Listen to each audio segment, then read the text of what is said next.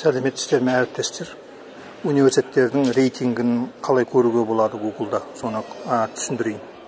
Мына жерден Google Chrome'ға кіресіз. Мысалы, Google'ға кіресіз, сол жерден. Міне Google'ды аштым. Сөйтіп, сол жерге университеттің атын жазасыз. Бірінші университеттің атын жазбай тұрып, QS деп жазып аласыз. QS деген.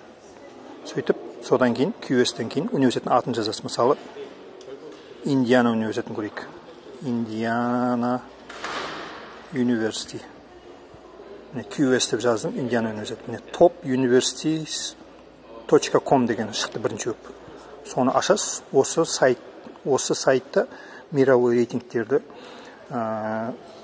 университеттің несін көрсетеді. Нешінші орында тұрғанын. Ең танымалы мировой рейтинг осы болып саналады. topuniversities.com. Бұның аты, екінші аты бұның QS дейді. Неге тұр міне? Мына жерде оқып тұрған болсаңыз, көріп тұрған болсаңыз, мировой рейтинг университет QS деп жазып қойды. Осы жерде университет Индианы 311 орында екен. Сондай. Басқа университеттер жазатын болсақ, мысалы, артқа қайтайын.